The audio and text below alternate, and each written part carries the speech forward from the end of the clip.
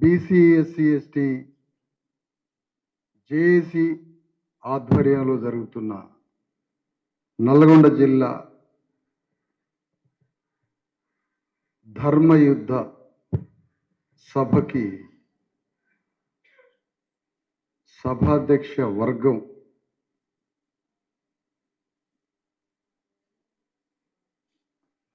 వినోదెండు రాఘవేంద్ర గారికి మరియు వేదిక మీద హాజరైనటువంటి ముఖ్య అతిథి పాత్రలో వచ్చిన బాలగోని బాలరాజు గౌడ్ గారికి,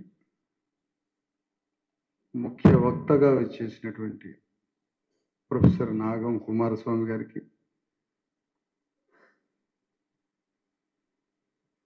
మరొక ముఖ్య వక్తగా వచ్చిన తెలంగాణ విఠల్ గారికి, అంబాల నారాయణ గారికి, ఐలి వెంకన్న గారికి, దుర్గయ్య గారికి, ఒక వేదిక మీద ఉన్నటువంటి చాలామంది నాయకులు, ఖమ్మం జిల్లా నుంచి వచ్చిన వీరబ్రహ్మం గారి వారసత్వంగా వచ్చిన రాంబాబు గారికి, ఎలికట్టి విజయ్ గారికి, ఈ కార్యక్రమం మొత్తాన్ని బీసీ ఎస్సీ ఎస్టీ జేఏసీగా కొద్ది రీసౌండ్ తగ్గామ్మ జేఏసీగా బరిగల దుర్గాప్రసాద్ జిల్లా ఇన్ఛార్జ్, రాంబాబు, ఇంకా జిల్లాలో ఉన్నటువంటి అనేక మంది నాయకులు నల్గొండ జిల్లా జేఏసీ రూపంలో, డిఎస్పి రూపంలో దీనికోసం శ్రమించిన నల్గొండ జిల్లా నాయకత్వానికి, వాస్తవానికి ఈ కార్యక్రమానికి చిరంజీవులు గారు మాజీ కలెక్టర్ నల్గొండ జిల్లాకు కూడా చేశారు. వారు వస్తున్న క్రమంలో వారి తల్లి గారికి బాగాలేదని వారు ఆగిపోయారు. జస్టిస్ ఈశ్వరయ్య గారు 15వ తారీఖు జరగబోయే కామారెడ్డి ఆక్రోశ సభ ఆ ఏర్పాట్ల విషయంలో వారిల్లారు. ఆ క్రమంలో వారు రాలేకపోయారు. సాంప్రదాయానికి విప్లవాత్మకానికి మధ్యలో ఒక 500 మంది బీసీ నాయకత్వం, మరికొంతమంది ఇక్కడికి రాలేని ఒక పరిస్థితిలో నెట్టివేయబడి మరొక 500 మంది రాలేకపోయారు. ఆ పరిస్థితి ఏంటో నేను తర్వాత వివరిస్తాను.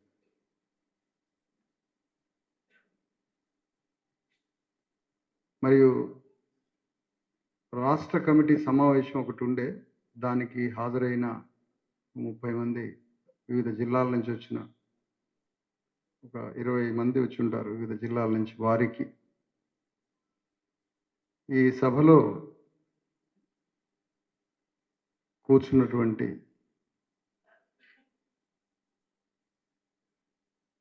ఈ అర్ధరాత్రి పూట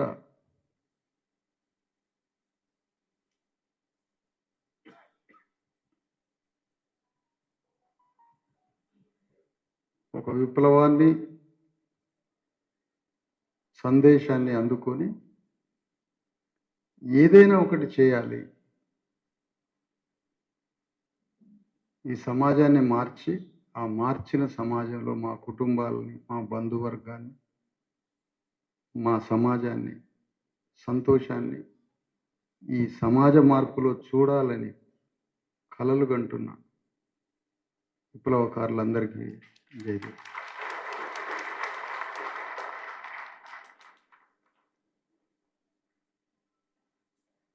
అసలు తెలంగాణ అంటే మన అమ్మమ్మలు, తాతలు తలకి కట్టుకొని దాని వెనక నుంచి రుమాల కట్టి ఓ సుట్ట పట్టుకొని దారి పొడుగున అక్కడక్కడ కొంత కళ్ళు తాగుతూ నడుచుకుంటూనే గుట్టలల్లా గ్రామం వచ్చేది, బంధువుల దగ్గరికి, స్నేహితుల దగ్గరికి. మన అమ్మమ్మలు కంటె బొక్కలు వెళ్ళి పీనిగ శరీరంలాగా ఉండి ఎముకల గూడుతో జాకెట్ని ఇక్కడ ఇంత ముడేసుకుంటారు.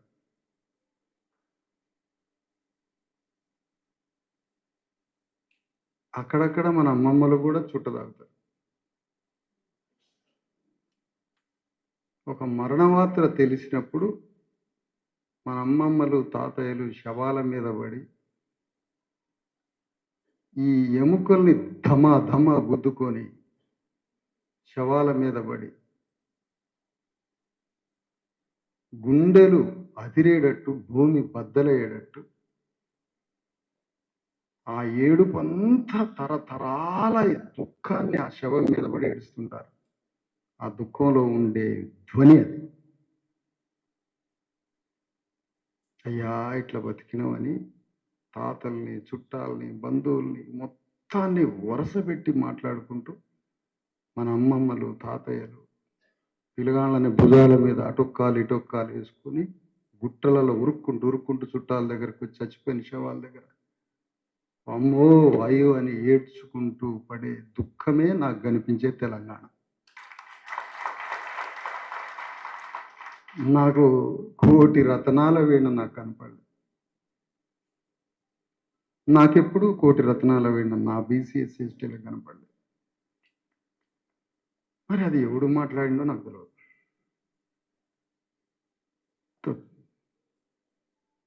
మనకి కళ్ళకు కనిపించేదంతా అబద్ధం. మూడో కన్ను తెరవాల్సిందే సత్యాన్ని చూడటానికి.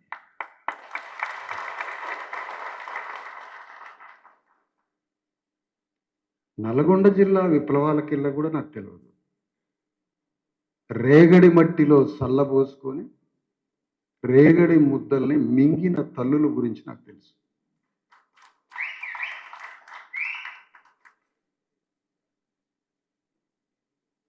నడుముకి ఆకలి అయితంటే తాళ్ళు బిగించి ఆకలి కాకుండా చేయడం తెలుసు నాకు.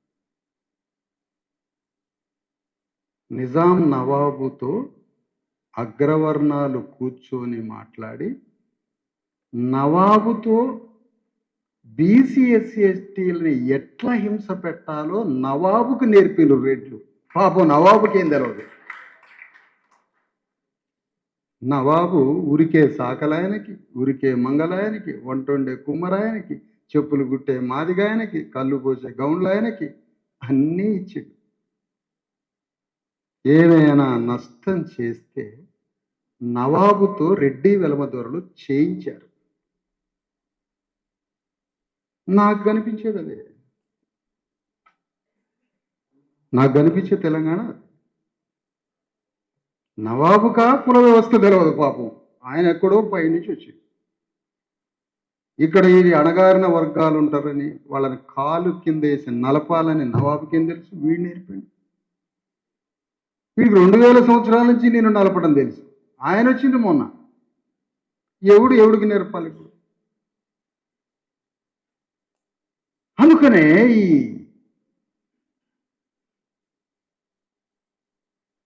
వందల బుక్ స్టాల్స్ ఉన్నాయి తెలంగాణ, వందల పుస్తకాల షాపులు ఉన్నాయి. ఒక్క పుస్తకం షాపులో తమిళనాడు ముఖ్యమంత్రి కరుణానిధి కవిత్వం దొరకలే. ఏం కుట్రయా? ఒక్క పుస్తకాల షాపులో కరుణానిధి కవిత్వం దొరకలే. మన ప్రజల పట్ల కన్నీరు గార్చిన కరుణరథం నాయి బ్రాహ్మణ కులంలో పుట్టిన కరుణానిధి కవిత్వం ఒక్క పుస్తకాల షాపులో ఎందుకు దొరకలేదంటే తెలంగాణ గడ్డ మీద తమిళనాడులాగా రిజర్వేషన్ల ఉద్యమం ప్రారంభమైతే గ్రామంలో నా వాటా ఎంత అని మనందరం అడుగుతామని కరుణానిధి కవిత్వం రాకుండా చేశారు. శ్రీశ్రీ కవిత్వం మాత్రం పుస్తకాల వరద. తాజ్మహల్ కట్టడానికి రాళ్ళెత్తిన కూలీలు ఎవరో అట, ఒడిరోళ్ళని మాత్రం చెప్పడాట ఆయన.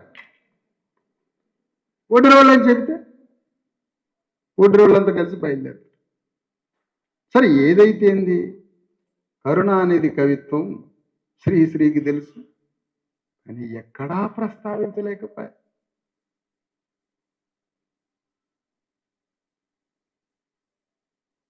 మనకు కావాల్సింది ఏంటయ్యా? మనకేం కావాలా? ఒకడు సత్యాన్ని చంపడానికి భుజం మీద గొడ్డలు పెట్టుకొని తిరుగుతున్నాడు. భారతదేశం నుంచి సత్యాన్ని ఖాళీ చేయాలట. సత్యం అనేదే ఉండకూడదు. అబద్ధంతో దేశాన్ని, భారతదేశాన్ని పరిపాలించాలి. సత్యాన్ని చంపేయాలి. గొడ్డలి భుజం మీద పెట్టుకొని తిరుగుతున్నాడు మోడీ. అబద్ధంతో ప్రపంచాన్ని కట్టాలని. మన భారతదేశంలో అబద్ధంతో రాష్ట్రాన్ని పరిపాలించాలని రేవంత్ రెడ్డి తిరుగుతున్నాడు. వాడు సత్యాన్ని చంపాలి. దీన్ని ఢీ కొట్టడానికి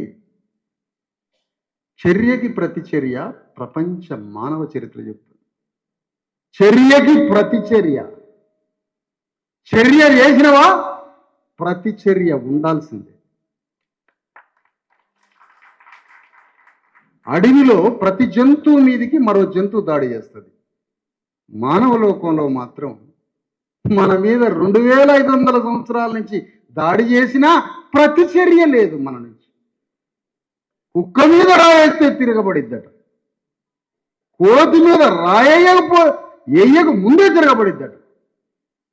బీసీ ఎస్సీ ఎస్టీల మీద గుండెల మీద కాలుతో నారాయణపురం జమీందారు ఇక్కడ గుద్దుతాడు.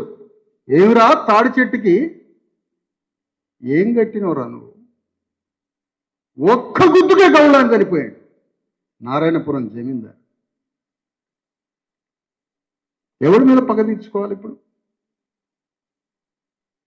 కరుణానిధి కవిత్వం వస్తే శత్రువు దొరికిపోతాడు. అంబేద్కర్ పుస్తకం వస్తే శత్రువు దొరికిపోతాడు.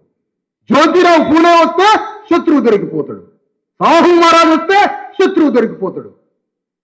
కాన్షీరామ్ వస్తే శత్రువు దొరికిపోతాడు. కాబట్టి వీళ్ళెవరూ రావద్దు. ఏం కుట్ర? ఏంటి మన జీవితానికి అర్థం ఏంటయ్యా? మన జీవితానికి ఏ పాడుపడే శరీరానికి ఏందంటారు ఇదంతా?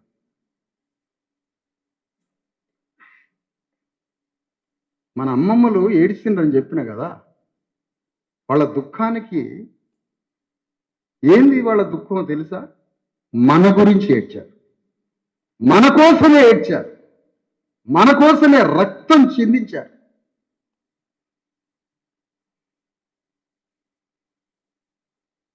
మనం తెలంగాణ గడ్డ మీద దేశంలో నా వాటా ఎంత? 90% ప్రజలకి భారతదేశ సంపద, తెలంగాణ సంపద 90% బీసీ ఎస్సీ ఎస్టీ మత మైనారిటీలకి అందరికీ కలిపి 90% ప్రజలకి 90% వాటా జరగడమే అసలైన యుద్ధం. అదే మనం చేయబోయేది. ఇప్పుడు అంటాడు ఒక తెలివిగల్లోడు, అయితే 90% చట్టం కోసం పోరాడన్నట్టు. చట్టం వద్దురా బాబు. రేవంత్ రెడ్డి చేసే ప్రతి పనిలో మంత్రి మండలి విస్తరిస్తావా, కాంట్రాక్ట్లు ఇస్తావా, స్కూల్ తెరుస్తావా, ఏ పని చేసినా అందులో 90% మాకు కావాలి. చట్టంతో ఏం పనిరా నాకు? ఇంకా చట్టమే అది రాజ్యాంగం నాకు. ఒకవైపు చట్టం కోసం కూడా పోరాడతాం, ప్రతి చోట అడుగుతాం.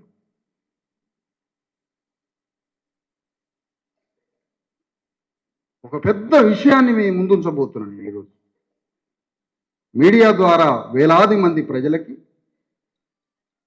సైనికులైన కార్యకర్తలకి ఒక ఇంపార్టెంట్ విషయం చెప్పబోతున్నాను. భారతదేశంలో 1902లో మొదటిసారిగా రిజర్వేషన్ల ఉద్యమం పుట్టింది. కొల్హాపూర్ రాజు సాహు మహారాజ్ రిజర్వేషన్, అణగారిన కులాలకి భూమిలో, విద్యలో, సంపదలో ప్రతి చోట రిజర్వేషన్.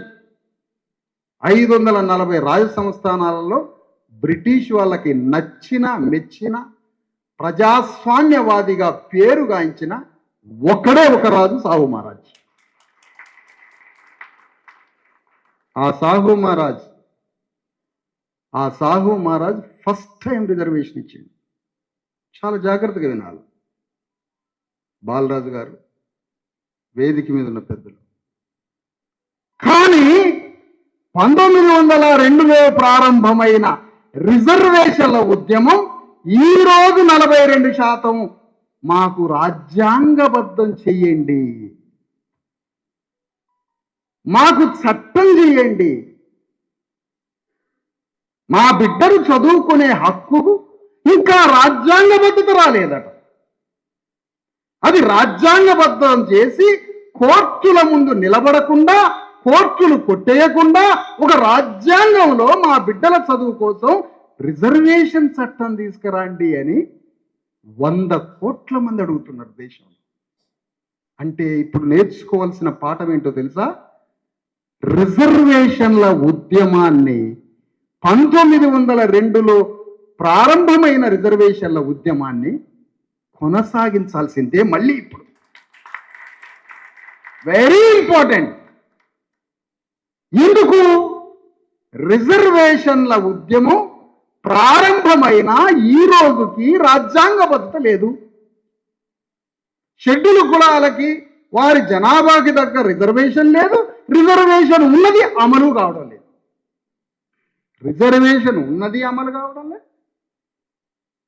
ఎక్కడ అమలు కావడం లేదు రిజర్వేషన్? బీసీలకి రావాల్సింది రాలేదు, ఎస్టీలకి రావాల్సింది రాలేదు, వచ్చిన రిజర్వేషన్ అమలు కాలేదు. కాబట్టి రిజర్వేషన్ల ఉద్యమం కొనసాగాలి. రాజ్యాధికార ఉద్యమం సాహు మహారాజు నుంచి ప్రారంభమైంది. అది ఇప్పటికీ కాన్షీరామ్ ద్వారా కూడా కళ నెరవేరలేదు. సాహు మహారాజు ద్వారా ప్రారంభమైన రాజ్యాధికారం కాన్షీరామ్ దాకా కూడా అది సంపూర్ణం కాలేదు. ఈ దేశం ఇప్పుడు నేర్చుకోవాల్సిన పాఠం ఏంటంటే, రిజర్వేషన్లను వదిలిపెట్టి పూర్తిగా రాజ్యాధికారం అని ప్రయాణం చేసిన అది విఫలమైపోయింది. రిజర్వేషన్ల ఉద్యమం అది సంపూర్ణం కాలేదు. రెండింటి నడుమ భారతదేశంలో ఉన్న 100 కోట్ల మంది బీసీ, ఎస్సీ, ఎస్టీలు రాజ్యాధికారం లేదు, రిజర్వేషన్ లేదు. రెండింటి మధ్య జీవోత్సవమే మిగిలిపోయారు. పోనీ రిజర్వేషన్ పొందినోడికి కృతజ్ఞత చెల్లించే ఉద్యమం చేస్తున్నాడా? రిజర్వేషన్లో పండు తిన్నోడంటే రిజర్వేషన్ల పోరాటం వీడికి తెలవకుండానే రిజర్వేషన్ వచ్చింది కాబట్టి అతడు పోరాటంలో లేడు. మరి ఇప్పుడు ఏం చేయాలి? ఈ దేశంలో 100 కోట్ల మంది బీసీ, ఎస్సీ, ఎస్టీలు, తెలంగాణలో ఉన్న 300 కోట్ల మంది బీసీ, ఎస్సీ, ఎస్టీలు రిజర్వేషన్ల ఉద్యమం సంపూర్ణంగా విజయవంతం కావడానికి 90% రిజర్వేషన్లు సంపూర్ణంగా చట్టబద్ధత, నైతిక బద్ధత రెండు కావడంతో పాటు రాజ్యాధికార యుద్ధము, రిజర్వేషన్ల యుద్ధము రెండు జమిలిగా జరిగి తీరాల్సిందే. రాజ్యాధికార ఉద్యమం జరగాలి, రిజర్వేషన్ ఉద్యమం జరగాలి. ఇప్పుడు జరిగే రిజర్వేషన్ల ఉద్యమంలో మనం భాగస్వాములం అయితే చాలా జాగ్రత్తగా వినాలి. ఆనాడు ప్రజల భాగస్వామ్యం లేకుండా అంబేద్కర్ రిజర్వేషన్ ఇచ్చిండు. అది ఎట్లొచ్చిందో మనకు తెలియదు. కానీ ఈనాడు ఈ రిజర్వేషన్ల పోరాటంలో మనందరం భాగస్వాములమై రిజర్వేషన్లు సాధిస్తే ఆ జ్ఞానంతో రాజ్యాధికారం కూడా వచ్చేసింది. మనకి నిన్ను ఇంట్లో కూర్చోబెట్టి అంబేద్కర్ లండన్ పోయి వాదించి నీకు రిజర్వేషన్ ఇచ్చింది.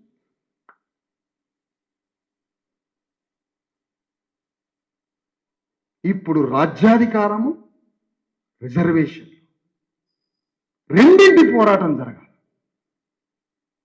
ఈ రోజుకి రిజర్వేషన్లకు కోర్టు కొట్టుడు పోతాం భయం.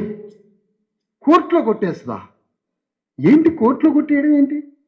2500 సంవత్సరాలు ఒక శూద్రుడు చదువుకోవద్దు, ఒక శూద్రుడికి భూమి మీద హక్కు లేదు, నాణ్యం మీద హక్కు లేదు, పుస్తకం మీద హక్కు లేదు, రాజ్యం మీద హక్కు లేదు. ఒక శూద్రుడు బానిస, ఆ శూద్రుడు పైవర్ణాలకి బానిసలుగా సహాయం చేయాలి, సేవ చేయాలి అని చట్టం రాసుంటే ఆ చట్టాన్ని బద్దలు కొట్టుకుంటూ ఉద్యమాలు వచ్చి ఈ ప్రజలకి ఇంత రిజర్వేషన్ ఇస్తే అది కోర్టులో పోద్దట. అసలు ఇది ఏంటి దేశమేనా ఇది? కోర్టులో ఎవరు కొట్టేస్తాడు?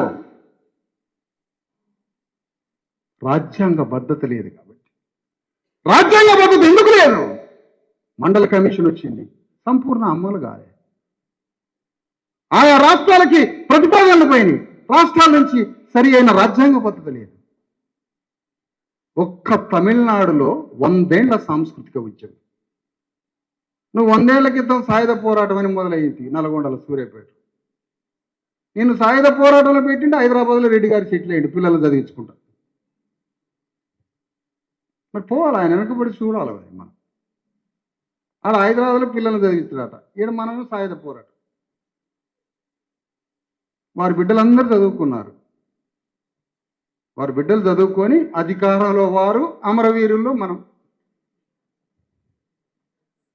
అమరవీరుడు, అమరత్వం, అమరత్వంలో మనల్ని. ఎస్, ఇప్పుడు జరగాల్సింది ఏంటి?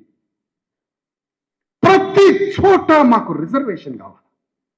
ఎవ్రీవేర్, ప్రతి స్థలంలో ప్రభుత్వం ఖర్చు పెట్టే ప్రతి రూపాయలో, ప్రభుత్వం చేసే ప్రతి కార్యక్రమంలో 90% ప్రజలకి వాటా కావాలి మాకు. అదే ప్రజాస్వామ్యం, అదే రాజ్యాంగం, అదే డెమోక్రసీ, అదే రిపబ్లికన్ స్టేట్, గణతంత్ర దేశం. Distribution, equal distribution, fair treatment, సమాన ఆదరణ, తల్లిలాగా ఆదరించాలి. ఫెయిర్ ట్రీట్మెంట్ లేదు, ఈక్వల్ డిస్ట్రిబ్యూషన్ లేదు. ఓపెన్గా రేవంత్ రెడ్డి డిస్ట్రిబ్యూట్ చేస్తున్నాడు రాజ్యాన్ని రెడ్లకి డిస్ట్రిబ్యూట్ చేస్తుంటే మనం ఏం పని చేస్తున్నావయ్యా? మనం ఏం పని చేస్తున్నాం?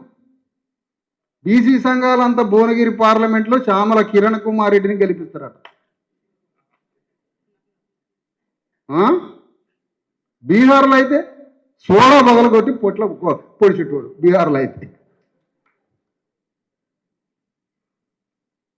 నిజాలు మాట్లాడుకుంటే ఈ అమ్మదు ప్రశాంతంగా ఉంటుంది, మనసు సంతోషంగా ఉంటుంది నిజాలు మాట్లాడు.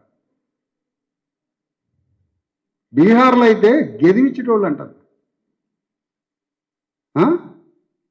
మీకేం పని అయ్యాడా? రెడ్లకేం పని అంటున్నా? పేద రెడ్ల సంఘం బయలుదేరింది.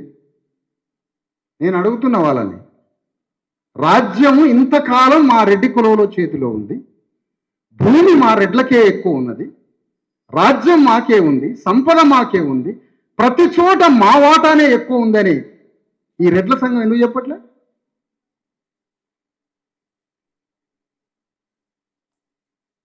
రెండు 2500 సంవత్సరాలు గుండెల మీద పెట్టి కాలు పెట్టి లంజా కొడకాన్ని తంతే నీ ఎవడికి చెప్పుకోలే. రెడ్ల వాటా మొత్తం వేసుకొని పోతారంటే డీజీపీ కంప్లైంట్ చేస్తారు మన మీద. రెడ్లే కాదు, వెలమ, రెడ్డి, కమ్మ, కరణం, ఖమ్మం జిల్లా పోతే కమ్మ. ఆడ ప్రతిచర్య కూడా లేదట పాపం. ఎందుకంటే అసలు వారి చర్య దైవం. వారు ఏది చేసినా మా కోసం, వారు మమ్మల్ని చంపినా మా కోసం, అయ్యగారు ఏది చేసినా మా కోసం. ఇంకా ప్రతిచర్య. నిన్ను కొట్టిన సంగతే నీకు అనెస్థీషియా ఇంజెక్షన్ ఇచ్చాడు. నేను కొట్టిన సంగతే తెలవకపోతే నీ ప్రతిచర్య ఆడదొచ్చింది. న్యూటన్కే వ్యతిరేకం అన్నట్టు, న్యూటన్ సూత్రానికే వ్యతిరేకం. ప్రతిచర్యలు కావాలంటే నీకు తెలవాల దెబ్బ తగిలినట్టు. ఖమ్మం జిల్లాలో ప్రతిచర్య ఉండదు, ఎందుకంటే వాళ్ళు కొట్టింది కూడా తెలియదు వారికి. ఎందుకంటే మొద్దుబారిపోయింది శరీరం. ఈ ఆపరేషన్లు చలి వేసినప్పుడు మత్తు ఇచ్చినాక అప్పటిదాకా మొద్దుబారి ఉంటుంది బాడీ అంతా. అట్లా అన్నమాట. రెడ్డి వెలమ కమ్మ చేతిలో రాజ్యం ఉంది, సంపద ఉంది, భూమి ఉంది. మరి వారి దగ్గర ఉంటే మీకేంటి నష్టం? మేము చచ్చిపోతున్నాం. భూమి లేక, తిండి లేక, ఆరోగ్యం లేక, చదువు లేక, పౌష్టిక ఆహారం లేక ప్రతిరోజు మాకు మరణ వార్తలే. మా చుట్టాలు చచ్చిపోయిండు. ఎట్లా చచ్చిపోయిండు? తిండి లేక కాదు, పౌష్టిక ఆహారం లేక. అసలు మాకు జీవితం అంటే ప్రేమించడం కూడా తెలియదు. మాకు జీవితాన్ని ప్రేమించడం తెలియదు. మాకు జీవితం అంటే ప్రేమించడం తెలియదు. జీవితాన్ని ప్రేమించడం తెలియని అమాయకులం కాబట్టే మాలో అమరవీరుల్ని సృష్టించారా మీరు? మాకు లైఫ్ అంటే ఏంటో తెలియదు. మరణం అంటే ఆహ్వానం పలుకుతాం. గొడవలంటే గుండెలు బాదుకొని తలుపులు తీసి వస్తాం బయటికి. గొడవలంటే వాడు తలుపులు వేసుకుంటాడు లోపలికి పోయి, మేము తలుపులు తీస్తాం. ఆ ముడి సరుకుని వాడి తెలంగాణని అమరవీరుల ఫ్యాక్టరీగా మార్చి గడ్డ మీద మొత్తం సంపి పారేశారు. దొడ్డి కొమరయ్య అమరవీరుడా? బలి పశువు దొడ్డి కొమరయ్య. రాండిరా, ఎవడు వాదిస్తాడు నా దగ్గరికి? బలి పశువు. బలి తీసుకున్నారు మీరు. దేనికి ముద్రేస్తారు మా మీద అమరవీరుడు అని? ఇంకోటి చావడానిక? కొల్హాపూర్ రాజు సాహు మహారాజ్, కుంభీ కులస్, శివాజీ వారసుడు, ఒక బీసీ జ్యోతిరావు ఫూలే. ఊరు బయట ఉన్న దళితులట, ఊరు బయట ఉన్న ఒక దళితులట ఒకనాడు ఈ దేశాన్ని పరిపాలించిన మహారాజులని చెప్పిండ్రా మాకు జ్యోతిరావు ఫూలే.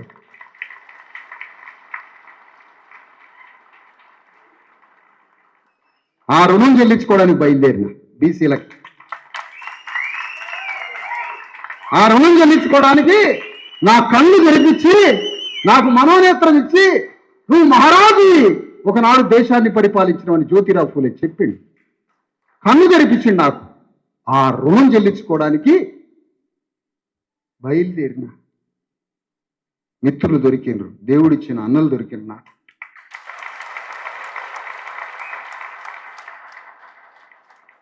వాళ్ళతో బయలుదేరిన.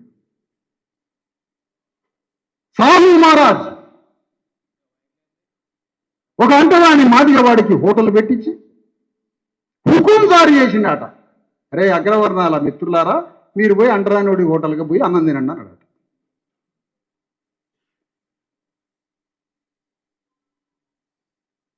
నా తండ్రి సాహు మహారాజ్ అంటరాని వాళ్ళందరికీ రిజర్వేషన్లు ఇచ్చి, బీసీలకి రిజర్వేషన్లు ఇచ్చిండు. అంటరాని వాళ్ళకి ఇస్తే ప్రపంచంలోనే అద్భుతంగా పరిపాలించిండని పేరుగాంచిన సాహు మహారాజుకి ఏం పేరేసిందో తెలుసా బాలరాజన్న? దేడంక రాజ్. వీడు మాదిగోళ్ళకి రాజని పేరేసి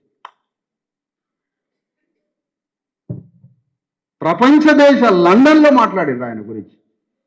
దేడంక రాజు, ఇది మాల మాదిగోళ్ళకి రాదు. అంటే ఒక ప్రజాస్వామ్యబద్ధంగా పరిపాలించి చాతుర్వర్ణ కుల వ్యవస్థని కాదని శూద్రుడు ఎందుకు చదువుకోకూడదు? శూద్రుడు ఎందుకు ఉద్యోగం చేయకూడదు? శూద్రుడు ఎందుకు బడికి పోకూడదు? భూమి మీద, చదువు మీద, జ్ఞానం మీద, ఉద్యోగం మీద, నాణ్యం మీద, సంపద మీద అందరికీ హక్కు ఉండాలని తన రాజ్యంలో అందరినీ సమభాగస్వామ్యం చేసిన సాహు మహారాజుకి దేడంక రాజంటరా. అందుకని రుణపడి ఉన్నా నేను నా జాతికి, బీసీలకి. కరెక్ట్గా సాహు మహారాజ్ చేసిన ఘనకార్యం ఏంటో తెలుసా? అంబేద్కర్ అనే విరాట్ స్వరూపం, విశ్వరూపం అంబేద్కర్ నుంచి బయటికి రావడానికి అంబేద్కర్ని భూగోళం అంతా తిప్పిండు సాహు మహారాజ్. పో అమెరికా పో, లండన్ పోయి చదువుకో, నేనున్నా నీకు. ఒకే ఒక్క రాజు వచ్చి అంబేద్కర్ని చదివించి అఖండ జ్యోతి అయిపోయాడు ఈరోజు అంబేద్కర్. మరణం లేని అదిగో అంబేద్కర్ చదివించిన సాహు మహారాజ్ ఒక బీసీ. అందుకని వాళ్ళకు రుణం చెల్లించుకోవడానికి బయలుదేరి సార్.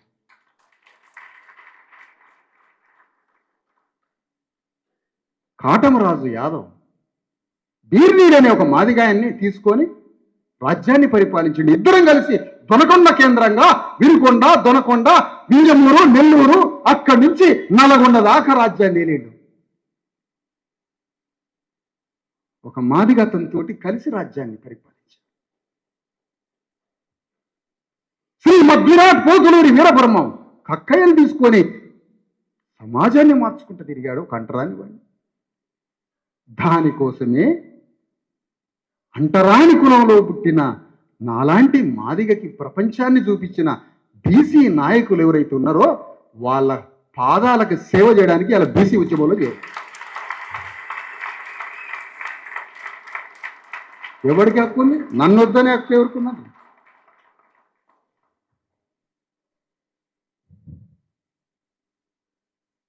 బీసీలం పోరాటంలోకి లాగితే అవును ఊరికి దూరంగా నెట్టివేయబడలేదు. అట్లాని ఊళ్ళో అన్ని అధికారాలు ఇవ్వలేదు. ఎటు కాకుండా చచ్చిండు. మరి ఏం చేద్దాం? ఎటు కాకుండా అయిపోయాడు. ఊరికి దూరంగా నెట్టితే కట్టో కర్ర తీసుకొని ఎదురు తిరిగేటోడు అట్లా లేకపోయా. అట్లాని ఊళ్ళో ఉంచి అన్ని అధికారాలు ఇచ్చిందంటే అట్లా లేకపోయా. ఇది బానిస కాదా, మనిషి కాదా? మధ్యతరగతి వర్గంలో విప్లవం రాదని ఏనాడో చెప్పాడు మహనీయుడు. కానీ విప్లవాన్ని సృష్టించాలి. విప్లవాన్ని సృష్టించాలంటే తన మీద జరుగుతున్న చర్యని వివరించాలి.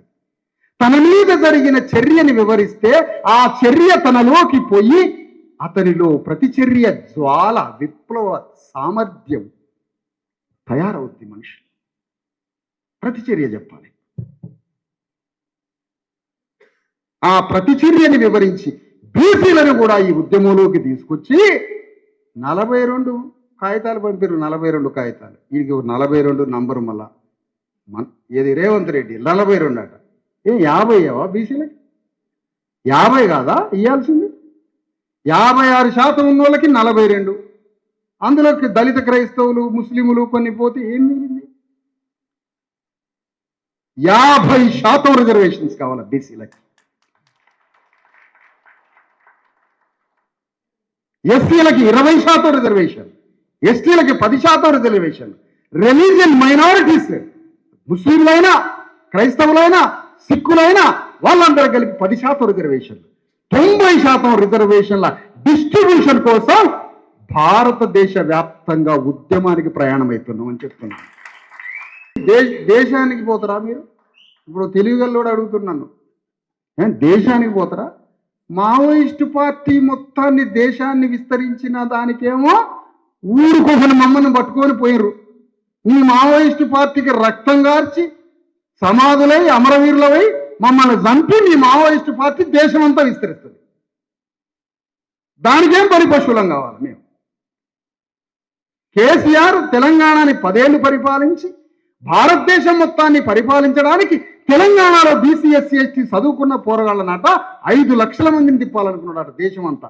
ఈయన ప్రధానమంత్రి కావడానికి, నీవు ప్రధానమంత్రి కావడానికి 4-5 లక్షల మందిని తిప్పడానికి తిరుగుతావు. ఆయన మావోయిస్టు పార్టీకి మేము బలి కావాలి. మా రిజర్వేషన్ల కోసం తెలంగాణ నుంచి బయలుదేరుతాం భారతదేశం అంతా. ఎందుకంటే మాకు పక్కన సాహు మహారాజుని మాకు తెలవనీయాలి, పక్కన తమిళనాడులో జరిగిన 100 ఏళ్ల రిజర్వేషన్ల ఉద్యమం మాకు తెలవనీయాలి. ఇన్నాళ్ల తర్వాత అక్కడ 1902లో రిజర్వేషన్, అదే 1900 సంవత్సరంలో తమిళనాడులో ఉద్యమం, మాకు సాయుధ పోరాటం, అమరవీరులు. ఇది ఎక్కడ లేదే? ఏ తమిళనాడులో లేదే? ఇది ఏ మహారాష్ట్రలో లేదే? ఈ అమరవీరులు మాకెందుకు పట్టింది ఈ గతి అంటన్నా? మాకెందుకు పట్టింది ఈ గతి?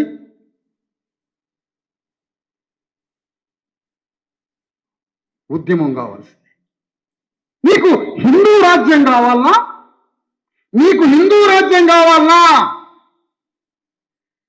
90% ప్రజలకి రిజర్వేషన్ కావాలనా అని అడిగితే రిజర్వేషన్సే కావాలని దేశమంతా మొత్తుకునే విప్లవాన్ని సృష్టించాలి.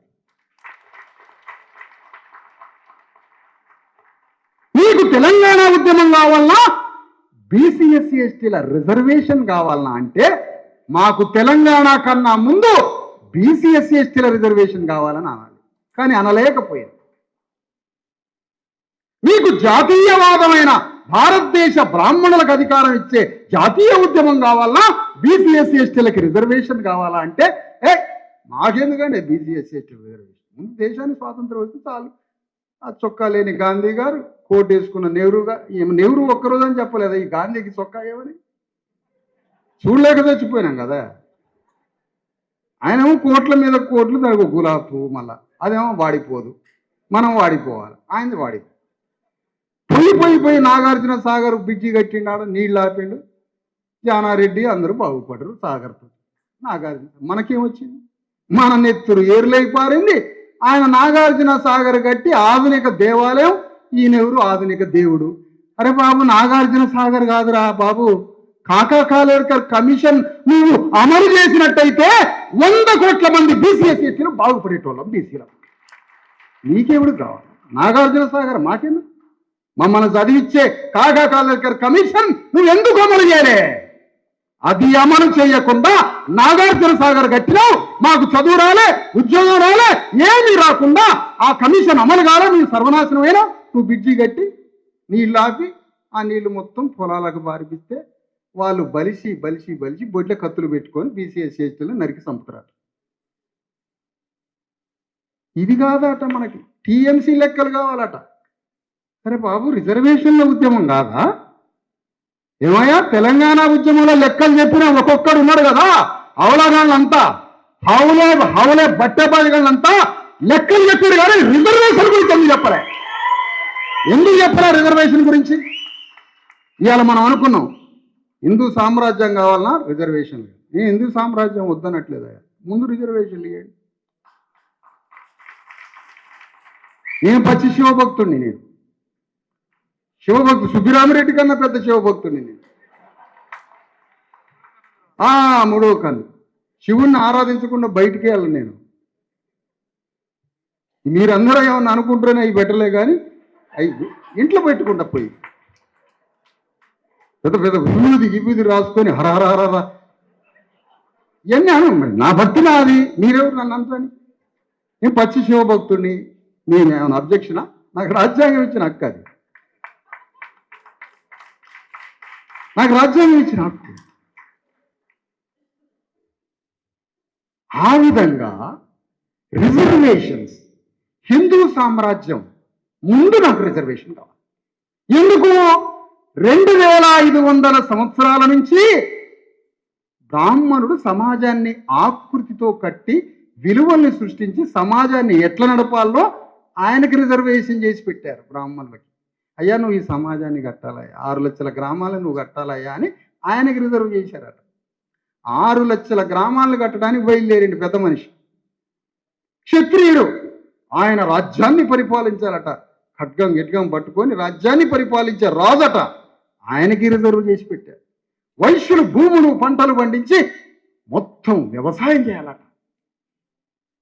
శూద్రులు ఏం చేయాలట? ఆ ముగ్గురికి సేవ చేయాలట. మరి మాకేం రిజర్వ్ చేసినావు? బానిస చాకిరి రిజర్వ్ చేసినావు. నువ్వేం రిజర్వ్ చేసుకున్నావు? భూమిని, రాజ్యాన్ని, సంపదని, సర్వం మొత్తాన్ని నువ్వు రిజర్వ్ చేసుకొని నీకు చాకరీ చేయడానికి. శూద్రుడు చదువుకోవద్దు. ఎక్కడ కొట్టిండు గుడ్డలతో దెబ్బ?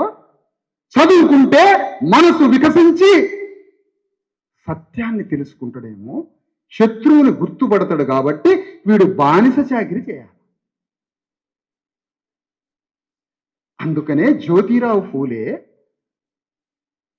ఒకవైపు స్వాతంత్ర ఉద్యమం జరుగుతుంటే జ్యోతిరావు ఫూలే స్వాతంత్ర ఉద్యమం ద్వారా వచ్చే స్వాతంత్రం ఎవరికి అని అన్నాడు.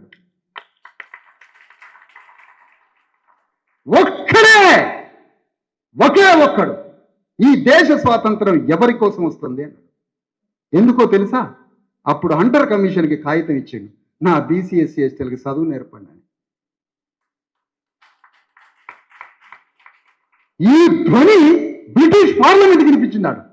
అరే నీ అమ్మ, భారతదేశంలో స్వాతంత్ర ఉద్యమం కాకుండా ఇంకోటి వస్తుంది రా సౌండ్, ఏదో అది వినండి రా అని పంపించాడు. ఆ సౌండ్ రీసౌండ్, అదే జ్యోతిరావు ఫూలే మన హక్కుల ఉద్యమ సౌండ్ అది. అప్పుడు ఎమ్మటే లండన్ పార్లమెంటు లార్డ్ మెకాలేని పంపించింది. లార్డ్ మెకాలే మొత్తం భారతదేశం మొత్తం చదివి, సార్ శూద్రుడు ఒక్కడు చదువుకోలేదు సార్ అని రిపోర్ట్ ఇచ్చిండట భారతదేశం. సరిపోయిందా? ఇజ్జత పోయింది మొత్తం దేశాన్ని. సింగిల్ క్యారెక్టర్, ఒక్క మనిషి చదువుకోలేదు సార్ శూద్రుడు అన్నాడు. అప్పుడు లండన్ పార్లమెంట్ ఒక్కొక్క కమిషన్ వేయటం లేదు. Simon commission. చిన్నప్పుడు మనం టంగుటూరి ప్రకాశం పంతులు గారు సైమన్ ఎల్లగొట్టారు. సైమన్ ఎల్లగొట్టిండు. సైమన్ వచ్చింది మనకి రిజర్వేషన్లు ఇవ్వడానికి. సైమన్ ఎల్లగొట్టిండు.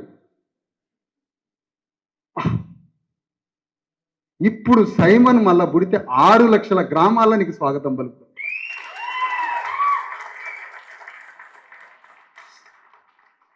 కానీ ఆల్రెడీ ఒక మనిషి పలికిండు స్వాగతం.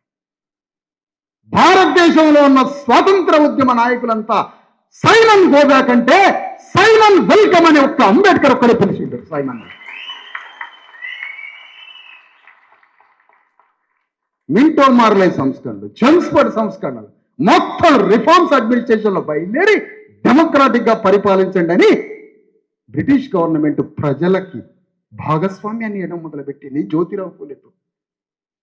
అలాంటి జ్యోతిరావు ఫూలే అక్కడ బయలుదేరి దేశంలో ఉన్న శూద్రులని, తెలంగాణ పద్మశాలీలు ఈ సాయుధ పోరాటాలన్నీ వదిలిపెట్టి మహారాష్ట్ర పోయి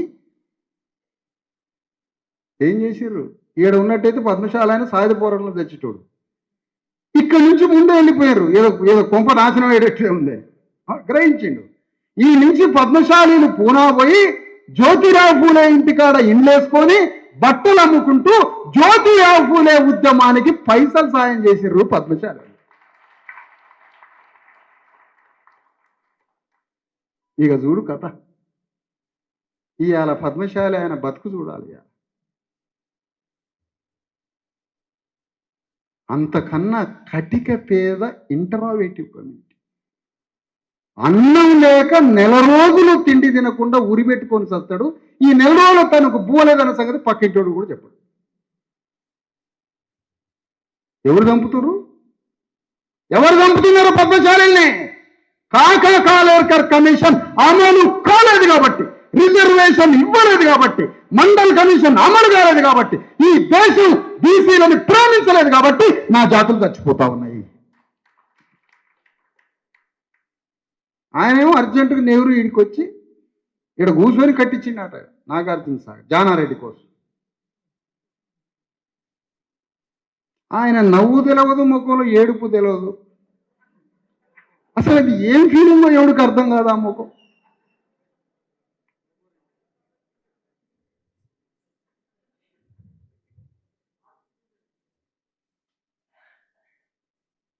ఆడ నెహ్రూ కూర్చొని మహబూబ్ నగర్లో మేక మాంసం బాగుంటుందట.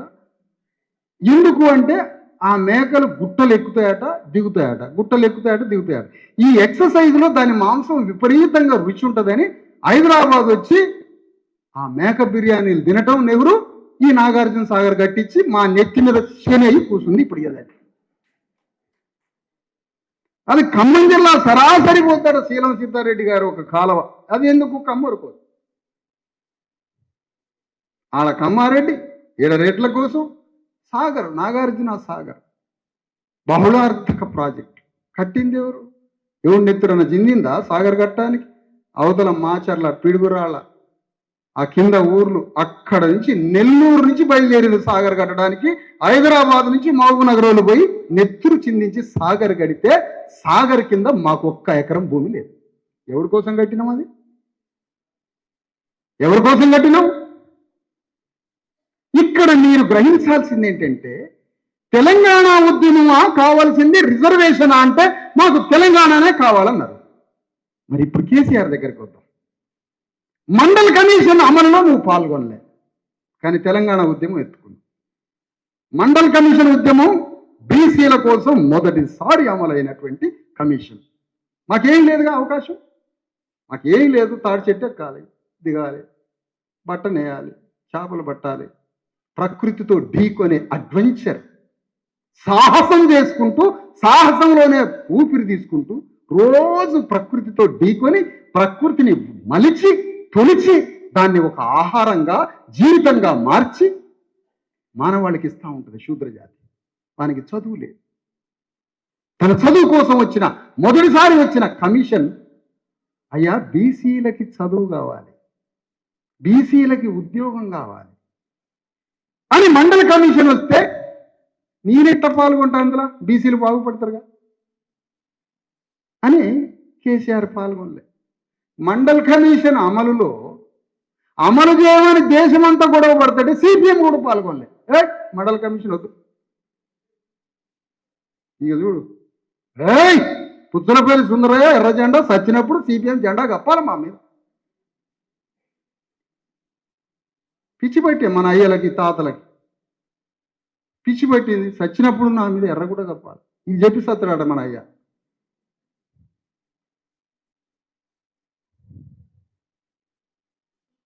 మండల కమిషన్ ఉద్యమంలో కేసీఆర్ పాల్గొనలే. ఈరోజు 42% రిజర్వేషన్ల కోసం తెలంగాణ ఒక్కటై మొత్తుకుంటుంటే ఇప్పుడు బయటికి రాలేదు కేసీఆర్. చూసారా, రిజర్వేషన్లు ఏమో వద్దు, తెలంగాణ కావాలి, మనకి తెలంగాణ కావాలి, రిజర్వేషన్లు వద్దు. ఏం జ్ఞానం అండి ఇది? అజ్ఞానం. పక్కన తమిళనాడు రిజర్వేషన్, మహారాష్ట్ర రిజర్వేషన్, మనకి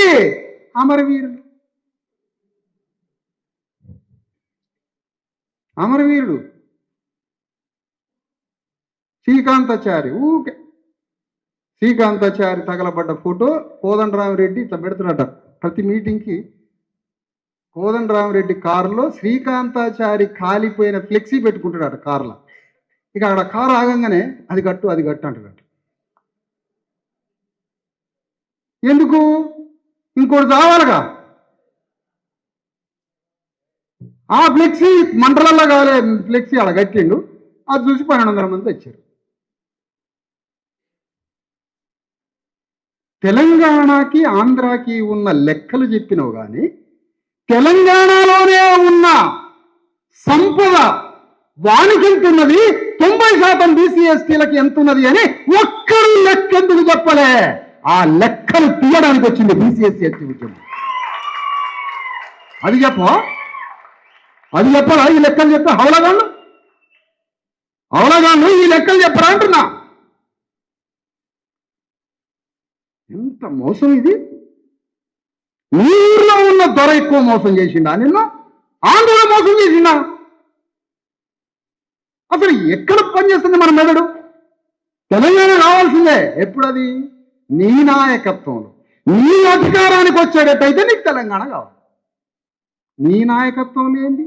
నీవు రాజ్యానికి రాంది తెలంగాణ దేనికది? వస్తే సస్తే నువ్వు మా రిజర్వేషన్ ఉద్యమంలో పాల్గొనట్లేదు. 9th షెడ్యూల్లో పెట్టాం బీజేపీ అంటుంది. ఎంత గట్స్ చూడండి దానికి. ఎందుకు ఆ గట్స్? 9th షెడ్యూల్లో పెట్టాం, బీసీ రిజర్వేషన్లను రాజ్యాంగంలో చేర్చాం. ఇట్టనే మీరు బజార్లో పడి తన్నుకొని సావండి, కోర్టులో కొట్టేస్తారు, మా అమ్మ మా బతికిందని సావండి. మేము పెట్టామని అంత ధైర్యంగా ఎందుకంటారంటే బీసీలలో విప్లవం రాదు కాబట్టి. తెలియంది ఏంటంటే విప్లవం సృష్టించడానికి మేము బయలుదేరి చాలాసేపు అయింది బయలుదేరి చాలాసేపు అయింది. ఓరు తెలంగాణ మొత్తం తిరుగుతాం, గుట్టలు గిట్టలు. ఆ రోజులలో తాతలు ఎట్లా నడిచారు అట్లా తిరుగుతాం, ఆడగంత కళ్ళు తాగుతాం, అన్న పోపిస్తే. తెలంగాణ మొత్తం విప్లవాన్ని సృష్టిస్తాం. మేము ఎవ్వరికీ వ్యతిరేకం కాదు. ఈక్వాలిటీ, సమానత్వం, అదే మా పోరాటం. దాని మీదనే యుద్ధం. 90% ప్రజలకి 90% రిజర్వేషన్ కావాలి. ప్రజాస్వామ్యబద్ధంగా శాంతియుత మార్గంలో భారతదేశం అంతా ఈ విప్లవాన్ని సృష్టిస్తాం. దానికి ఆదర్శంగా ముందు తెలంగాణలో నిర్మిస్తాం. ఎందుకంటే మాకు 100 ఏళ్ళు పట్టింది ఈ రిజర్వేషన్లు వచ్చేసి. ఎంత పిచ్చోళ్ళని చేశారు మమ్మల్ని చూడండి. కోర్టు కాడికి పోయి ఏం కేసు ఏమవుతుందో, ఏం కొట్టేస్తారో బీసీ రిజర్వేషన్ భయంగా కోర్టు కాడికి పోవటం. కోర్టు కాడికి పోయి భయంగా నిలబడటం. ఎంత ఫాల్తు చట్టం. కోర్టుల 100% పోతుందని రేవంత్ రెడ్డికే తెలుసు. ఎంత అమాయకత్వం అంది. ఆట ఆడుతున్నాడు. గౌన్ల కులం ఆట ఆయనకు సభ్యత్వం ఇచ్చిందట. మా గౌన్లోడే ఇచ్చినావా బాలరాజుబాయి నువ్వు? మరి ఎందుకంటే నాయన మాట నువ్వు కాదంటే గౌన్ల కులం సభ్యత్వం ఇచ్చిందట, మాదిగోలు సభ్యత్వం ఇచ్చిందట, యాదవులు సభ్యత్వం ఇచ్చే భోగోళ్ళు ఇవ్వలేదా ఆ సభ్యత్వం నీకు? భోగోళ్ళు ఇవ్వలేదా అంటున్నా. ఇంత పెద్ద మాట అంటాడా? వాళ్ళ అన్నలదమ్ములు తిరుపతి రెడ్డి వాళ్ళంతా కొడతారు నన్ను. రేపు పోతున్న కామారెడ్డి బస్కి, రేపు పొద్దున కామారెడ్డి బస్సుకే పోతున్నా. రేపు పొద్దున కామారెడ్డి బస్సుకు పోతున్నా. మళ్ళా నైట్ బస్సుకే వస్తా. బరి తెగించిన బయలుదేరిన రా. మరి కొడుకురా రావాలా? నన్ను కొట్టాలా? అసలు నన్ను కొట్టాలా? నన్ను కొడితే సీఎం అయిపోతాం మేము. మా రాజ్యంలో కొట్టున్నాను. వెయిట్ చేస్తున్నా. మా మీద దాడి జరగాలి. దాడి చేయి. మా వర్గాలను సింహాసనం మీద కూర్చోబెడుతుంది తెల్లారి. అరే ఎంత అమాయకత్వం. ప్రతి పార్టీ వచ్చి మోసం చేయడం, ప్రతి పార్టీ వచ్చి మా రిజర్వేషన్ల గురించి మాట్లాడ్డా. అరే 2500 సంవత్సరాలు మాకు చదువు లేదురా నాయన. అంబేద్కరు ఆ సాహు మహారాజు వల్ల, జ్యోతిరావు పూలే వల్ల చదువుకొని ప్రపంచం అంతా తిరిగి రాజ్యాంగంలో 340 ఆర్టికల్ పెట్టి మీరు కమిషన్ వేసుకోండి అంటే కాకా కాలేకర్ కమిషన్ వేసి దాన్ని అమలు చేయమంటే నెహ్రూ అమలు చేయకుండా ఆ గుట్టెక్కే మేకపోతులు తినుకుంటే సాగర్ కట్టించాడు. ఢిల్లీలో అందరికీ చెప్తున్నారట, ఇక్కడ మేకపోతులు తెలంగాణలో ఏమీ టేస్ట్ ఉంటుంది బిర్యానీ. ఆ బిర్యానీలు తింటాం సాగర్ కట్టించాడు. సుబ్బిరామిరెడ్డి దానికి నిర్మాత. అప్పటి నుంచి ఇప్పటిదాకున్నాడు. ఆయనకి 4000 కోట్ల అప్పులు తీసేసిద్దాడు బ్యాంకు. మనకి 100 రూపాయలు లోన్ ఇచ్చేటోళ్ళు లేడు. అసలు బ్యాంకులో కూర్చోమనేటోడు ఉండడు. మనకి 7000 కోట్లు పైకి కింద చూస్తున్నాం. మన బట్టలు, స్లిప్పర్లు, పాయింట్కి ఇస్త్రీ ఉండదు. ఆ లైట్ ఫోల్డ్ అవుతుంటుంది పాయింట్ వెనక్కి. మన బీసీల పాయింట్, ఎస్సీల పాయింట్ పలసగా ఉంటాయి సొక్కాలు. వానికి అర్థమైపోయింది కథ కేసు. 100 రూపాయలు మనకి ఇచ్చేటోళ్ళు లేడు. నాగార్జున సాగర్ నిర్మాత దాన్ని కట్టినప్పుడు ఉన్నాడు సుబ్బిరామిరెడ్డి. అగ్నే నాగేశ్వరరావు ఆయన పక్క ఇల్లేనట పాపం. ఇళ్ళు కూరలు పచ్చళ్ళు మార్చుకుంటారట ఇద్దరు.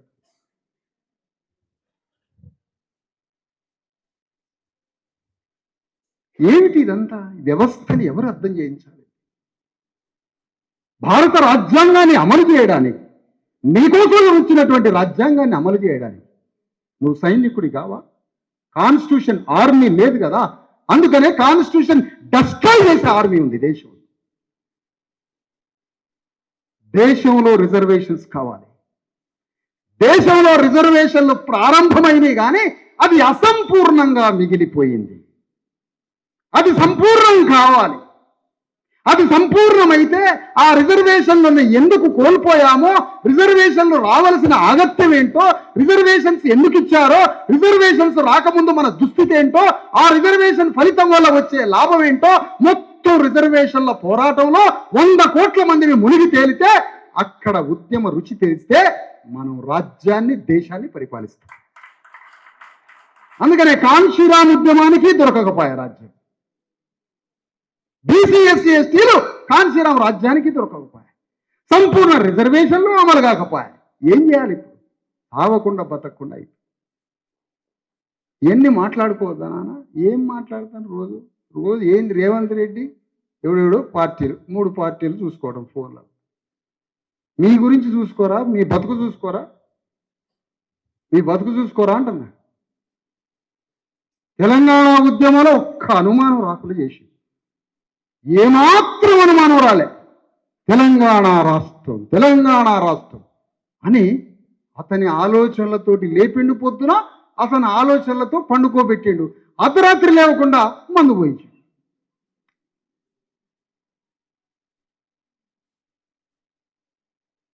అట్లా ఉద్యమం నుంచి రాజ్యాన్ని తెచ్చుకున్నాడు. మనకి ఏమీ లేకపోయా.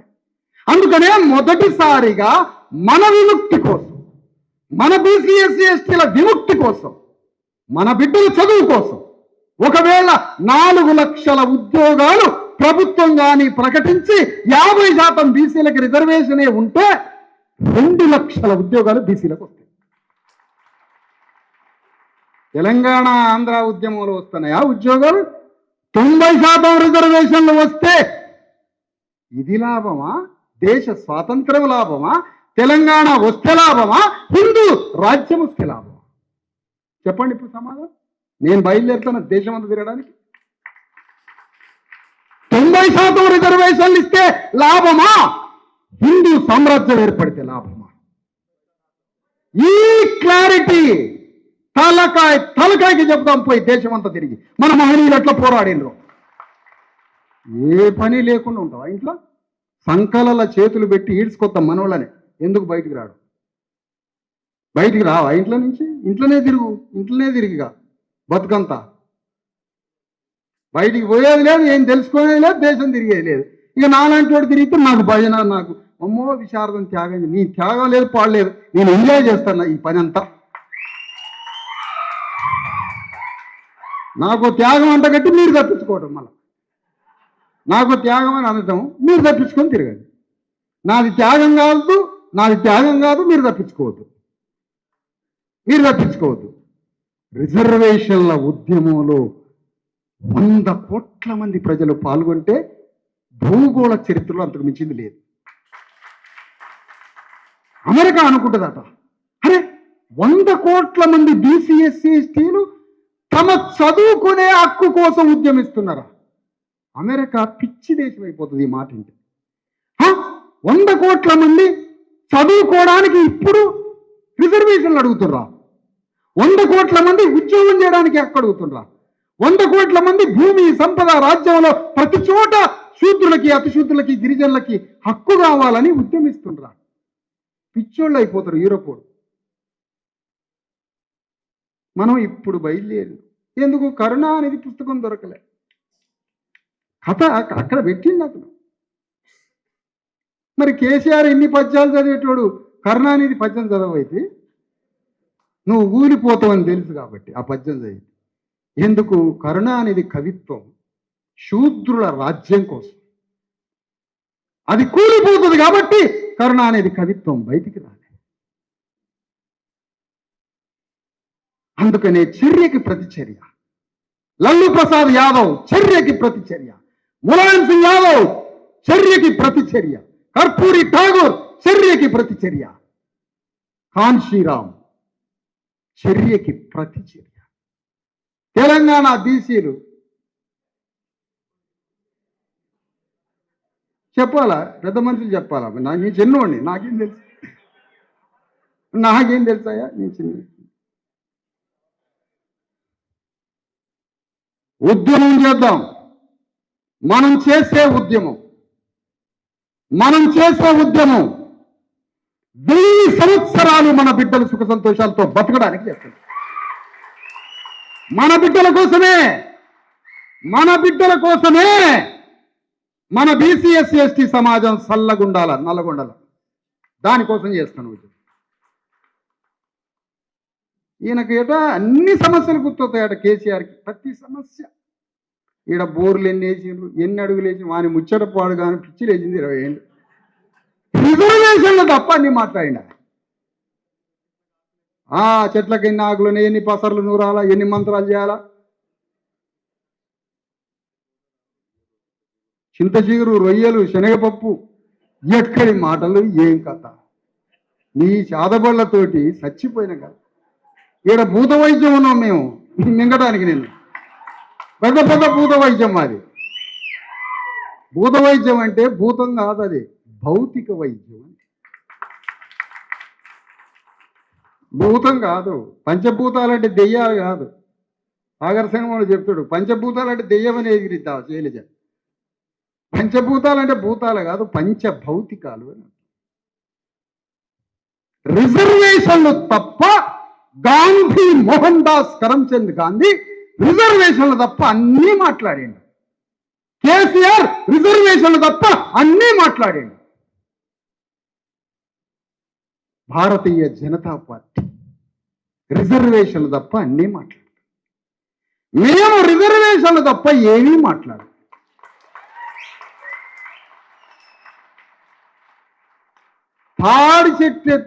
తాడి చెట్టెత్తంత ఆత్మగౌరవ వెన్నెముక్క కడతాం గౌండ్లకి. ఎందుకంటే తాడి చెట్టంత ఆత్మగౌరవం కలిగిన వాడే సర్దార్ సర్వాయి పాపన్న గౌడ్. అరే 10 మందితోటి రాజ్యానికి వచ్చిండు. 10 మందితోటి రాజ్యానికి వచ్చిండు. మనం ఇప్పుడు 10 మంది సాయంత్రం సుధారి పని చేసి చెట్లలో కూర్చొని కోటర్ సీసాలు ఇప్పి తెల్లారిందాక ముచ్చెట్లు, ఏడుపులు. మళ్ళీ అందులో ఏడుస్తున్నాడట మనోడు, 30 ఏళ్ళకే ఏడుస్తున్నాడట. అమ్మో, ఆయన కోటర్ బీకగానే ఏడుపు. మళ్ళా ఈయన ఏడుపుతాడు, వాడు దూడుతుంటాడు. మళ్ళీ పక్కన స్నేహితుడు ఈయనకి, మళ్ళీ ఈయనకు స్నేహితుడు. తాగి ఆటోలో బండండి, తెల్లారి బట్టలు దులుపుకొని పోవాలి ఇంటికి. సాహు మహారాజు సర్దార్ సర్వాయి పాపన్న గౌడ్ లాగా ఆ చెట్లలో కూర్చొని మాట్లాడరా? అది కాదా మీ పని? కేసీఆర్ స్పీచ్లు వినండి. ఇంకా యూట్యూబ్లో ఒత్తి రేవంత్ రెడ్డి లాగులలో తొండలేస్తాడట. ఉన్న తొండలు పీకేస్తాం మేము, లాగులాలు ఉన్నాయి. నీ భాష అది. నేను నాకు తెలియదా ఈ భాష? నాకు అసలు తెలియదు నాయన, తల్లితో నాకు తెలియదు. నువ్వు చెప్పినావు, నీకు చెప్తాను. చర్యకు ప్రతి చర్య. పేగులు తీసి మళ్ళీ మీరు నోట్లోనే చేయి పెట్టి తీస్తాం. పేగులు నోట్లో పెడతాం చెయ్యి. ఏందంటే ఇది జీవితానికి అర్థం కావాలి, జీవితానికి పరమార్థం కావాలి, చరితార్థులుగా మిగిలిపోవాలి. సమాజ మార్పు కోసం, సహబాధిత వర్గం కోసం, దుఃఖపడే దుఃఖితుల కోసం, పేదల కోసం విప్లవాన్ని సృష్టించేవాడే చరిత్రలో నిలబడతాడు. ఈయన వాట్సాప్లో పెడతాడు మనోడు, అందరూ బాగుండాలి, అందులో నేను ఉండాలి. అయిపోయింది దీని పనిగా. పల్ల కొట్టాడు రా వాడిని, చెప్పలే పల్ల కత్తి వేసి కొట్టాలి. ఏంద్ర అందరూ బాగుండేది. ఇంకా ఆయన వాట్సాప్ పెట్టగానే అయిపోయింది. ఆయన పని, సమాజం పని అయిపోయింది. ముందు మనోళ్ళని కొట్టాలి. సిగ్గు శరం మన జాతులుగా నేర్పాలి ఫస్ట్. సిగ్గు శరం ఫస్ట్ మన జాతులుగా నేర్పాలి. తోడాసే శరం లేదు. అందుకనే ఎవరంటే దుష్మన్ లేదు. రేవంత్ రెడ్డిని అంటున్నాం భయ, రేవంత్ రెడ్డి బాయ్ సాబ్ 90% రిజర్వేషన్లు ఇయ్యి. ఈ అమ్మ నీ దగ్గర ఉంచుకో ముఖ్యమంత్రి పీఠం. 90% రిజర్వేషన్లు ఇయ్యి. 90% రిజర్వేషన్లు ఇచ్చి సాహు మహారాజులాగా బతకరాదు ఒక్కరోజాను. ఎందుకా బతకంటున్నా? రోజు నీకు ఆయన మనశ్శాంతి ఉందా? నీకేమైనా పోనీ మనశ్శాంతి? వాడు ఢిల్లీ ఓడి దంతడో తెలియదు, వీడి దంతడో తెలియదు, ఎవడు దంతడో తెలియదు. ఎప్పుడు ఆ 90% రిజర్వేషన్లు ఇయ్యరా? దండ తీసుకుపోయేస్తాం మేము నీకు మెడకి. నేనే వస్తా దండ వేయడానికి. ఆ పని చేయవాటను. ఆ పని చేయడు. 90% రిజర్వేషన్ ఏడట, 10% కూడా ఏడట. బీసీల రిజర్వేషన్ కోర్టులో కొట్టేసేటట్టు చేస్తారట. రిజర్వేషన్ల ఉద్యమం ప్రారంభమవుతుంది దేశంలో.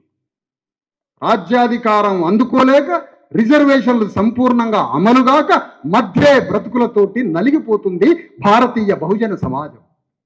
ఈ సమాజాన్ని రిజర్వేషన్ల ఉద్యమంలో ప్రవేశింపజేసి రిజర్వేషన్ల పోరాటంలో తీసుకొచ్చే ఫలితాలతో బహుజన జాతుల మొత్తాన్ని సుఖ సంతోషాలతో తీసుకొని మళ్ళీ అక్కడి నుంచి రాజ్య ఉద్యమం సైమల్టేనియస్గా జమిలీగా రిజర్వేషన్లు రాజ్యాధికారం ఈ కాన్షియస్లోకి దేశంలో ఉన్న ప్రజల్ని తీసుకుపోవడానికి, తెలంగాణనే ఆదర్శంగా తీర్చిదిద్దడానికి. నల్గొండలో పోయింది. నల్గొండలు రానియరు వాళ్ళు, రెడ్లు రానియరు. వాళ్ళే అసెంబ్లీలు. ఎందుకు? మనం బానిసలం కాబట్టి. బానిసలం కాబట్టి. ఏమన్నాడు జ్యోతిరావు ఫూలే? బానిసకి నువ్వు బానిసని తెలియజేయాలి. అంబేద్కర్ కూడా అన్నాడు ఆ మాట. అక్కడే విప్లవం వస్తుందని చెప్పారు ఇద్దరు. ఎస్, మన ప్రజలకు చెబుదాం రండి, గ్రామ గ్రామం చెబుదాం రండి, మన వాళ్ళకి ఊరు చెబుదాం రండి ఈ కథ. రిజర్వేషన్ల ఉద్యమాన్ని చెబుతాం.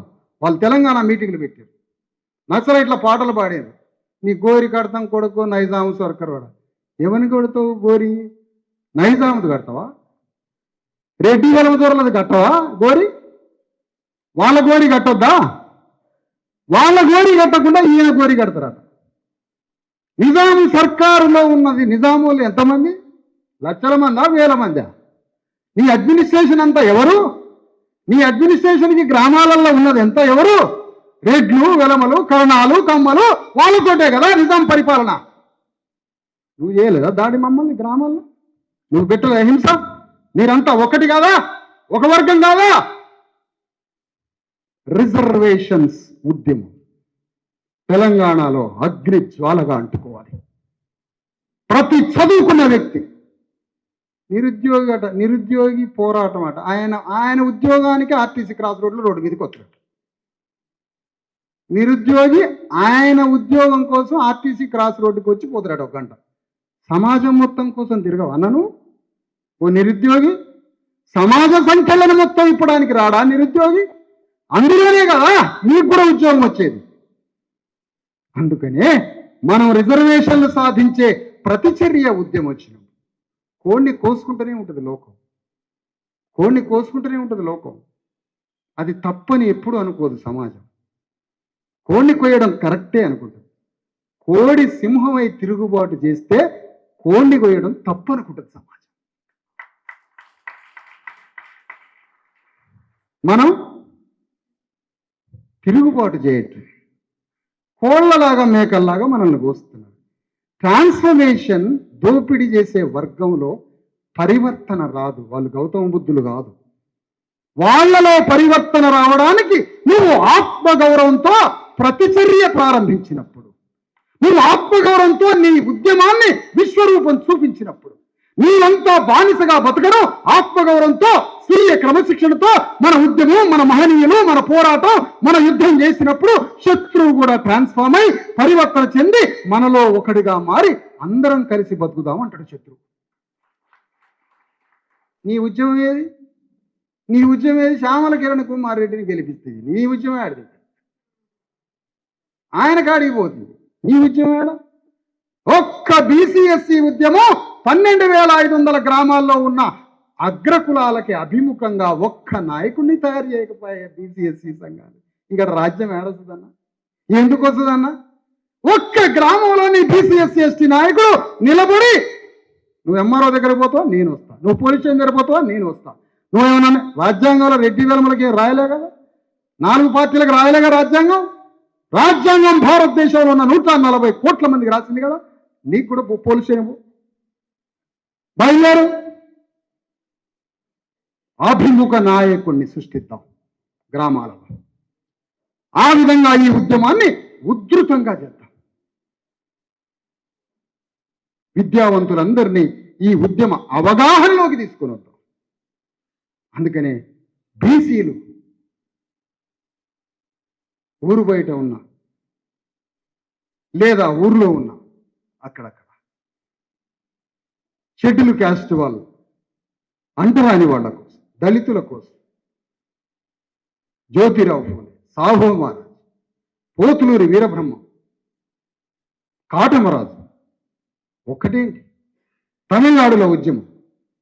బీసీలంతా అస్పృశ్యుల దగ్గరికి వచ్చి వాళ్ళని విముక్తి చేశారు. ఇప్పుడు ఆ రుణం తీర్చుకోవడానికి బీసీల ఉద్యమాన్ని మన నెత్తి మీద పెట్టుకొని ప్రయాణించాం. అన్ని వర్గాలను కలుద్దాం.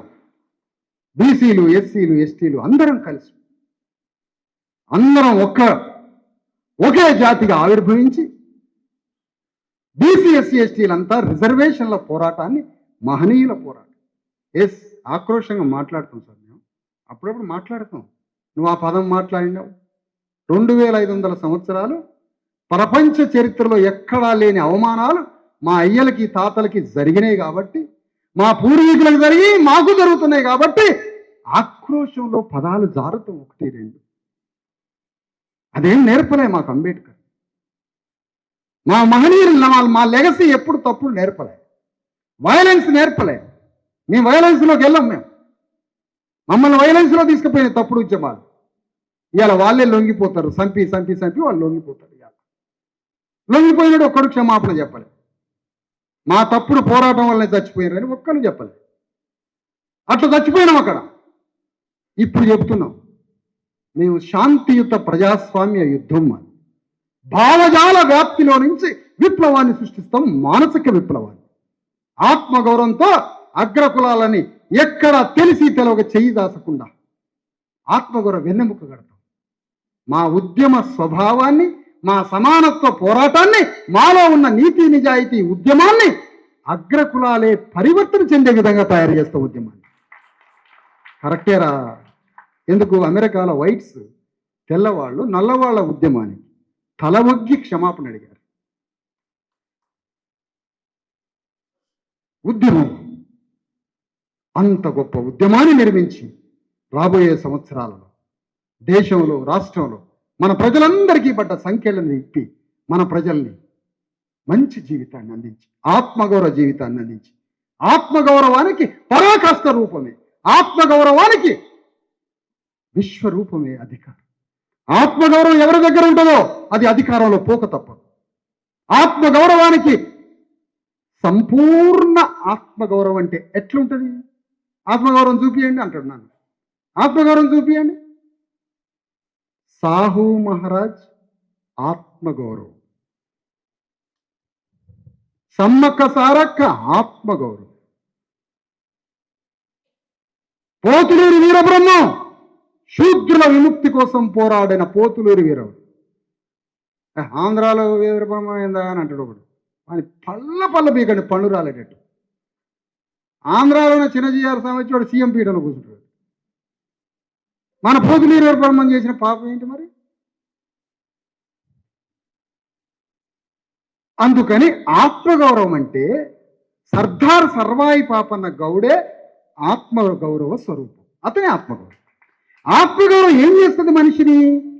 తన ఆత్మలో ఉన్న అభిప్రాయాలని, తనలో సృష్టించుకున్న విలువలు ఏదైతే ఉంటాయో ఆ వాల్యూస్కి కట్టుబడి ఆ విలువల కోసమే బ్రతికే మనిషిగా బతకటం, ఆ విలువల కోసం తన ప్రాణ జీవితాన్నైనా దారపోయడం, ఆ విలువలైన ప్రిన్సిపల్స్ కోసం బతకడమే సోల్ ట్రైనింగ్, ఆత్మశిక్షణ. ఆ ఆత్మకి అనంత రూపమే అధికారం. ఎందుకు? నీ విలువల కోసం నువ్వు బతికినప్పుడు, నీ ఆత్మ కోసం నువ్వు బతికినప్పుడు, నీ ఆత్మ చెప్పినట్టుగా నువ్వు బతికితే నీలాగా నీ చుట్టూ సమాజం తయారైతే, నీలాగా నీ చుట్టూ సమాజం తయారైతే ఆ సమాజం నుంచి అధికారం వస్తుంది. అది ఆత్మ.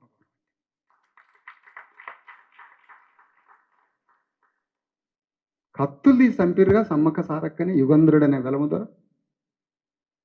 సంపి పారైతే అది తిరణాలు అయిపోయింది, మనకి జాతరలు అయిపోయింది. కోళ్ళు కోసుకొని ఎగిరొస్తున్నాం, మా వాళ్ళని చంపిర్రు, మా వాళ్ళని చంపారు నవ్వుకుంటారు ఆట. చూడండి ఎట్లా పిచ్చోళ్ళని చేసారు. మా అక్కలను చంపారు, మా వాళ్ళని చంపారు అని కోళ్ళు విపరీతంగా కోడరు చేసాలు నీళ్లు కలుపుకుంటూ తాగటం, మత్తు రావాలి, ఆర్జాలు బయలేటట్టు తాగటం. తాగి కోళ్ళు తిని మా అక్కలను చంపారు. వాడు చరిత్ర రాస్తాడు అక్కడ. సమ్మక్క సారలక్కల చరిత్ర మొత్తం అక్కడ ఒక థీమ్ పార్క్ కట్టి సమ్మక్క సారలక్కల యుద్ధగాథల మొత్తం వాడు రాస్తారా? ఆడికొచ్చిన కోట్ల మందిలో విప్లవం వస్తుందని అక్కడ రాయలే చరిత్ర. సర్దార్ సర్వాయి పాపన్న గౌడ్ చరిత్ర మొత్తం రాష్ట్ర ప్రభుత్వం రాస్తుందా? ఎవరి మీద యుద్ధం చేసిండు ఏనుకుంటారు? బండయ్య సాయన యుద్ధం రాస్తుందా? రాయదు. రాస్తే విప్లవం వస్తుంది. ఎవరు రాయాలి మరి? మనమే రాయాలి, మనమే రాసుకోవాలి. మనం చరిత్ర రాయకపోతే వాడు చరిత్ర రాస్తాడు, మన చరిత్ర. అందుకని మనందరం ఈ మహోద్యమంలో పాల్గొని మన ప్రజలంతా సుఖ సంతోషాలతో బ్రతకడానికి, మన ప్రజలతో పాటు ఏ అగ్రవర్ణ జీవితాన్ని కూడా మేము వ్యతిరేకించం. అందరం భూమి మీదకి వచ్చినాం, అందరం చల్లగా బతకాలి. పేద అగ్రకుల, ధనవంతుడైన అగ్రవర్ణం కూడా నువ్వు కూడా బతుకు. కాకపోతే రాజ్యాంగ పీఠిక సూత్రాల ప్రకారం ఈ సంఘాన్ని కట్టమని చెప్పింది రాజ్యం. నైతిక గ్రంథము మరియు అధిశాసన గ్రంథం. ఆ విధంగా సమాజాన్ని కట్టడంలోనే మన జీవితాల్ని భాగస్వామ్యం చేసి కుటుంబానికి ఒక 8 గంటలు, పనికి ఒక 8 గంటలు, ఒక 4 గంటలు ఉద్యోగం మన ఉద్యమానికి అందరం అంత కేటాయించి తలా 10 రూపాయలు 5 రూపాయలు ఈ ఉద్యమంలో వేసుకొని ఈ ఉద్యమాన్ని పెద్దది చేసి దేశంలో రాష్ట్రంలో ఉన్న 3.5 కోట్ల మంది తెలంగాణలో ఉన్న బీసీల కోసం ముందుగా 42% చట్టం ఏదైతే వచ్చిందో అది చేయడానికి ముందు మనం, దాని తర్వాత ఎస్సీలు, ఎస్టీలు, బీసీలు 90% మంది ప్రజలైనటువంటి ఇంత పెద్ద ప్రజానీకానికి ప్రతి రంగంలో వాటా కావాలి. కాంట్రాక్టులా అందులో వాటా కావాలి. రోడ్లు ఇస్తున్నావా అందులో మా వాటా ఎంత, కాంట్రాక్టులు ఎవరికి ఇస్తున్నావు అందులో మా వాటా ఎంత, మార్కెట్ చైర్మన్, వైన్ షాప్ ప్రతి దగ్గర డిస్ట్రిబ్యూషన్ కావాలి. అలాంటి ఒక మహాపోరాటం చేద్దాం. అలాంటి ప్రజాస్వామ్య యుద్ధంలో మీరంతా పాల్గొని సమాజం కోసం నాయకులు కండి, లీడర్షిప్ వహించండి, ఆత్మగౌరవంతో లీడర్షిప్ వహించండి. 4 జతలు తెల్ల బట్టలు పట్టేయండి రేపే. మంచి మంచి పిచ్చి పిచ్చి బట్టలు వేయొద్దు. పిచ్చి పిచ్చిగా దూకోకుండా పిచ్చి బట్టలు వేసుకొని తెగిన చెప్పులు వేసుకొని పాయింట్ అంతా ఎట్లా ఉండొద్దు. మంచి బట్టలు వేసుకోండి. రెడ్డి ఆయన మంచి మంచి బట్టలు వేస్తుంటే ఆయన వైపు దిగా చూస్తారు. ఇట్లున్నాడు దొరగారు. నీ వైపు చూడాలా సమాజం అంతా, నీ నాయకత్వం వైపు చూడాలి. నీ పక్కన గన్మ్యాన్లు తిరగాల 4 ఏళ్ళ మీ చుట్టూ. ఒక్కొక్క మనిషికి 2 గన్మ్యాన్లు ఉండాలి. అట్లా నాయకత్వం. మనం నాయకులం కావడానికి రాజ్యాంగం పుట్టింది. వాళ్ళు రాజ్యాంగం రాజులు కావడానికి పుట్టలే, మనల్ని రాజులు చేయడానికి వచ్చింది రాజ్యాంగం. అట్లా బీసీలు, ఎస్సీలు, ఎస్టీల కోసం ఈ మహోద్యమంలో మీరంతా భాగస్వాములై ఈ ఉద్యమాన్ని జయప్రదం చేయాలి. ఆ జయప్రదం ద్వారా మనం గొప్ప జీవితాన్ని జీవించాలని కోరుతూ సెలవు.